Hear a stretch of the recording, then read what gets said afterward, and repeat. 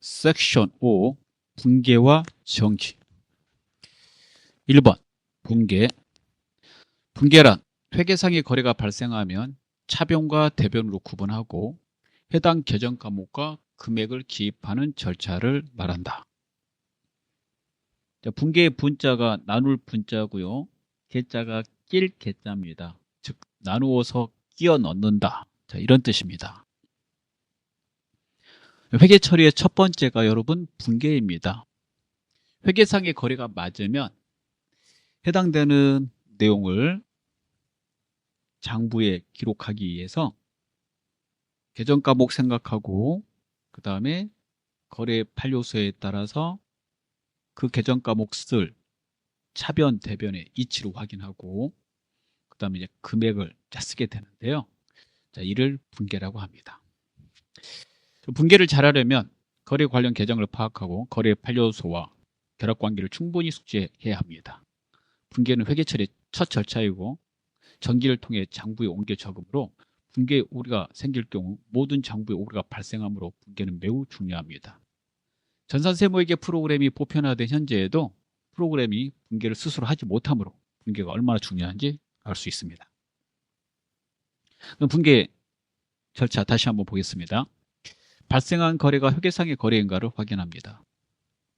두 번째, 거래에 대한 구체적인 계정 과목을 정합니다. 여기가 좀 어렵죠. 계정 과목을 미리 알아야 되기 때문에 앞에서 암기했던 계정 과목 다시 한번 숙지하셔야 되고, 그 다음에 거래 내용을 분석하여 차변 요소와 대변 요소로 나눕니다. 거래 판료소 숙지가 필요하겠죠. 각 계정에 기입될 금액을 결정합니다. 그러면 분계가 완료됩니다.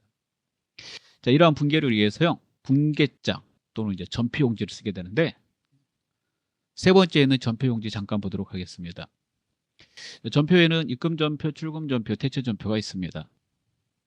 전표는 거래 내용을 간단하게 기록한 쪽지라고 생각하시면 되고, 분계장은 노트라고 보시면 되겠습니다. 전표용지가 분계장 노트에다 쓴 것보다는 좀 더 좋은데, 그 이유는 회사 규모가 커질 때 더 좋습니다. 그 이유는 회사 규모가 커지면 한 사람이 모든 걸 기록할 수 없어요. 근데 기존의 분계장은 한 사람이 모든 걸 기록해야 됩니다. 근데 거래가 점점 많아지고 그러면 한 사람이 다 기록할 수가 없다. 그래서 이제 전표, 저 쪽지가 나왔고요. 두 번째, 한 사람이 다 적으면 그 사람이 다 책임져야 되고, 근데 여러 사람이 같이 적으면 여러 사람이 책임 소재를 분담시킬 수 있고, 그 다음에 한 사람이 다 적었을 때 그 사람이 만약에 문제가 생겨서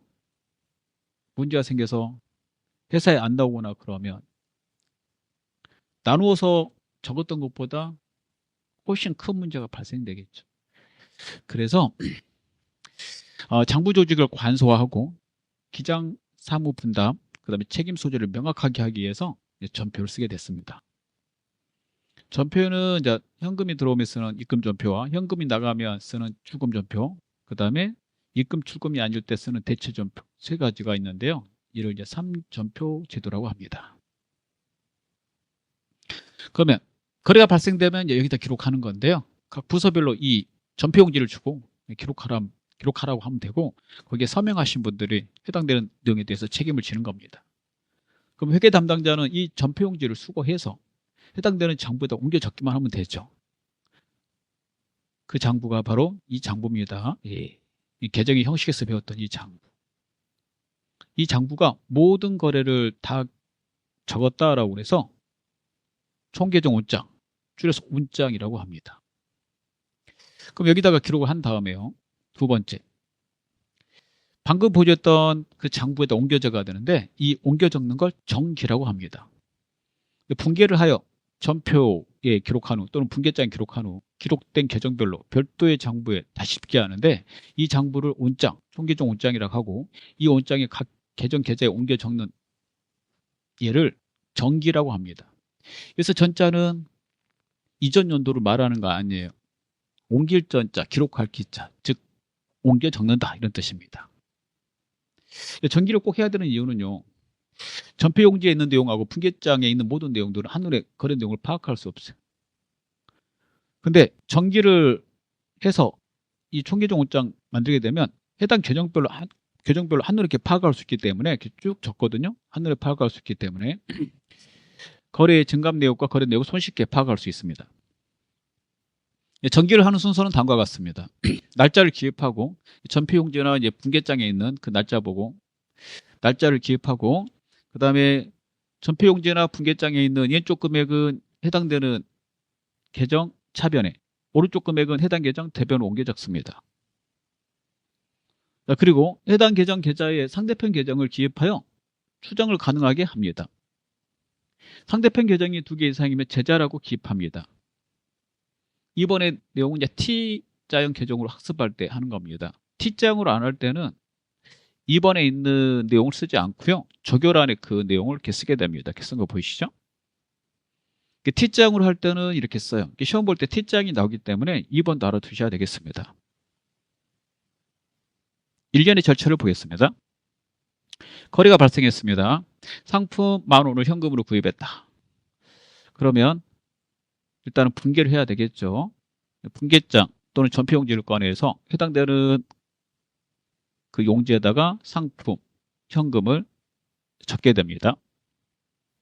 그래서 이거는 이제 현금으로 구입했다. 그러니까 입금전표도 적겠죠. 제가 한번 적어볼게요. 여기에다가 출금전표도 적겠죠. 현금 나갔으니까 여기에다가 상품 이렇게 쓰고 그 다음에 거래처 써주고 이제 금액을 쓰게 돼요. 금액이 10,000원이다. 그럼 10,000원 쓰게 됩니다. 이렇게 칸에다 채워가지고 그 다음에 이렇게 쓰고요. 그 다음에 이 거래 내용을 간단하게 쓰죠. 뭐 갑상품이요. 갑상품 이렇게 하고 매입 이렇게 적여 써주고 그 다음에 합계를 다시 10,000원을 넣어주게 됩니다. 이렇게 쓰고요. 그 다음에 서명을 하시겠죠. 이렇게. 그럼 이걸 분계장이란 노트에다 쓸 때는 이렇게 했어요. 상품 10,000원, 현금 10,000원이라고. 그 다음에 해당되는 전폐용지에 있거나 분계장에 있는 내용을 각각의 총계정오장에 있는 계정 과목란에다 써줘야 되는데요. 상품 10,000원 차변에 있잖아요. 차변에 옮겨줬고 날짜는 그대로 써주시고 그 다음에 현금 10,000원 현금 계정 대변에 있잖아요. 여기 대변에 있잖아요. 그럼 현금 계정 대변에다 그대로 옮겨줘가지고 날짜 써주시고 3월 1일 그 다음에 이게 T자로 봤을 때는 이게 이제 무슨 내용인지 알아야 되니까 상품 10,000원어치 어떻게 사온 거야? 그러니까 상대 계정에 현금 주고 사왔다. 이걸 옮겨 적는다 이거예요. 그러니까 현금 10,000원어치 엔나가 써 그러니까 상품 사오느라고 이렇게 써준다 이거죠. 이렇게 하면 정기가 끝나게 됩니다. 거래가 많이 발생되지 않는 회사는 거래가 발생되면 해당 증빙을 보관하고 곧바로 이렇게 장부에다가 씁니다.